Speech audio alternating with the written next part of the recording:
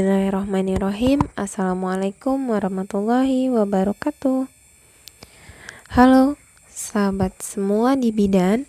Kali ini semua di bidan akan membahas soal SKB kesehatan umum. Nah, setelah by request kemarin ada yang minta dipisahin antara soal SKB kesehatan umum sama SKB bidan. Baiklah, ini kita coba untuk membuat khusus untuk soal SKB kesehatan umum ya. Baiklah, langsung saja kita kepada soalnya. Kalau untuk SKB kesehatan umum ini berbeda sedikit dari soal-soal kasus yang kemarin ya. Jadi biasanya soalnya lebih sedikit tapi pilihan jawabannya itu yang panjang. Nah, ini ada beberapa contoh soal untuk kesehatan umum. Baiklah, yang pertama, visi Kementerian Kesehatan adalah A. Mewujudkan masyarakat sehat, produktif, mandiri, dan berkeadilan untuk menuju Indonesia maju yang berdaulat, mandiri, dan berkepribadian berlandaskan gotong royong. B. Mewujudkan masyarakat madani yang produktif, mandiri, dan berkeadilan untuk menuju Indonesia maju yang berdaulat, mandiri, dan berkepribadian berlandaskan gotong royong. C. Mewujudkan masyarakat sehat, produktif, mandiri, dan berkeadilan untuk menuju Indonesia maju yang berdikari, maju, dan berkepribadian berlandaskan gotong royong. D. Mewujudkan Indonesia maju yang berdaulat, mandiri, dan berkepribadian berlandaskan gotong royong. E. Mewujudkan masyarakat sehat, produktif, mandiri, dan berkeadilan untuk menuju Indonesia maju. Kira-kira apa jawabannya? Baiklah, untuk visi Kementerian Kesehatan tahun 2020 sampai 2024 itu adalah terwujudnya masyarakat sehat, produktif, mandiri, dan berkeadilan untuk menuju Indonesia maju yang berdaulat, mandiri, dan berkepribadian berlandaskan gotong royong. Oke, untuk soal selanjutnya yaitu dalam penyelenggaraan pembangunan kesehatan, Kementerian Kesehatan selalu mendahulukan kepentingan pro rakyat. Berikut nilai-nilai pro rakyat kecuali A. Inklusif, B. Responsif, C. Efektif, D. Bersih, E. Paripurna. Nah, adapun nilai-nilai yang dipegang oleh Kementerian Kesehatan adalah yang pertama yaitu pro rakyat. Pro rakyat yaitu dalam pembangunan kesehatan, Kemenkes selalu mendahulukan kepentingan rakyat. Yang kedua, inklusif. Inklusif yaitu semua program pembangunan kesehatan harus melibatkan semua pihak, seluruh komponen masyarakat berpartisipasi aktif. Kemudian yang ketiga, responsif yaitu program kesehatan harus sesuai dengan kebutuhan dan keinginan rakyat serta tanggap mengatasi permasalahan di daerah.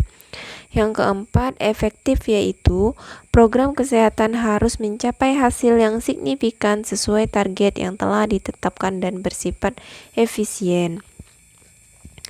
Yang kelima, bersih. Bersih yaitu penyelenggaraan pembangunan kesehatan harus bebas dari korupsi, kolusi, nepotisme, transparan, dan akuntabel. Jadi jawaban yang kecuali tadi adalah E. Paripurna. Nah, ini tolong diingat-ingat, ini kemarin pada keluar di soal ya. Untuk pro rakyat itu ingat kata kuncinya aja, pro rakyat berarti dia lebih mementingkan rakyat, berarti mendahulukan kepentingan rakyatnya. Inklusif Inklusif berarti masuk kan, berarti melibatkan semua pihak. Responsif berarti gimana dia merespon cepat untuk kebutuhan keinginan rakyat untuk mengatasi masalah. Efektif berarti semuanya itu secara efisien. Habis itu bersih berarti bebas korupsi. Udah ingatin kata kuncinya itu. Nah, untuk yang ketiga di sini ada soal nawacita yang berhubungan dengan kesehatan adalah nawacita yang ke A1, B2, C3, D4, E5. Nah, nawacita itu ada 9 isinya. Apa itu nawacita? Nawacita adalah 9 agenda pembangunan Presiden Joko Widodo. Adapun isi dari nawacita yang pertama yaitu menghadirkan kembali negara untuk melindungi segenap bangsa dan memberikan rasa aman pada seluruh warga negara melalui politik luar negeri bebas aktif, keamanan nasional terpercaya, dan pembangunan pertahanan negara trimarta terpadu yang dilandasi kepentingan nasional dan memperkuat jati diri sebagai negara maritim. Yang kedua, membuat pemerintah tidak absen dengan membangun tata kelola pemerintah yang bersih, efektif, demokratis, dan terpercaya, dengan memberikan prioritas pada upaya pemulihan kepercayaan publik pada institusi-institusi demokrasi, dengan melanjutkan konsolidasi demokrasi melalui reformasi sistem kepartaian, pemilu, dan lembaga perwakilan. Kemudian yang ketiga, membangun Indonesia dari pinggiran dengan memperkuat daerah-daerah dan desa dalam kerangka negara kesatuan. 4. Menolak negara lemah dengan melakukan reformasi sistem dan penegakan hukum yang bebas korupsi, bermartabat, dan terpercaya. Yang kelima, meningkatkan kualitas hidup manusia Indonesia melalui peningkatan kualitas pendidikan dan pelatihan dengan program Indonesia Pintar, serta meningkatkan kesejahteraan kesehatan masyarakat dengan program Indonesia Kerja dan Indonesia Sejahtera, dengan mendorong land reform dan program kepemilikan tanah seluas 9 hektar, program rumah kampung deret atau rumah susun murah dan disubsidi, serta jaminan sosial untuk rakyat di tahun 2019. Kemudian 6. Meningkatkan produktivitas rakyat dan daya saing di pasar internasional sehingga bangsa Indonesia bisa maju dan bangkit bersama dengan bangsa-bangsa Asia. 7. Mewujudkan kemandirian ekonomi dengan menggerakkan sektor-sektor strategis ekonomi domestik.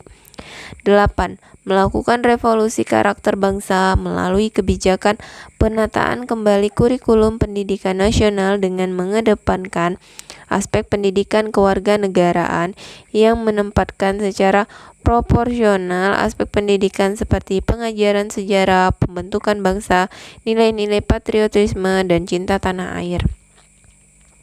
Semangat bela negara dan budi pekerti di dalam kurikulum pendidikan Indonesia.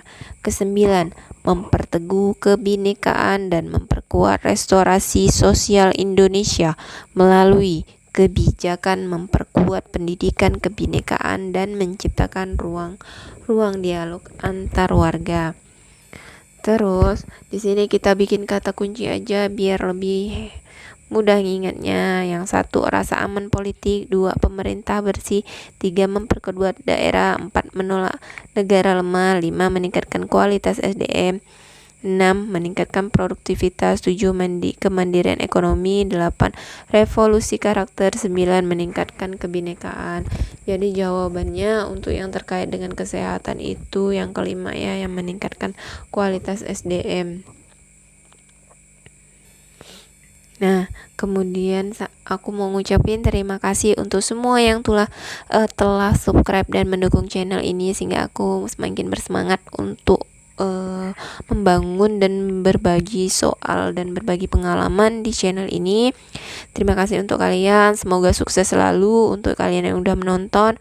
Semoga selalu mendapat kemudahan dalam perjuangan kalian. Oke, assalamualaikum warahmatullahi wabarakatuh.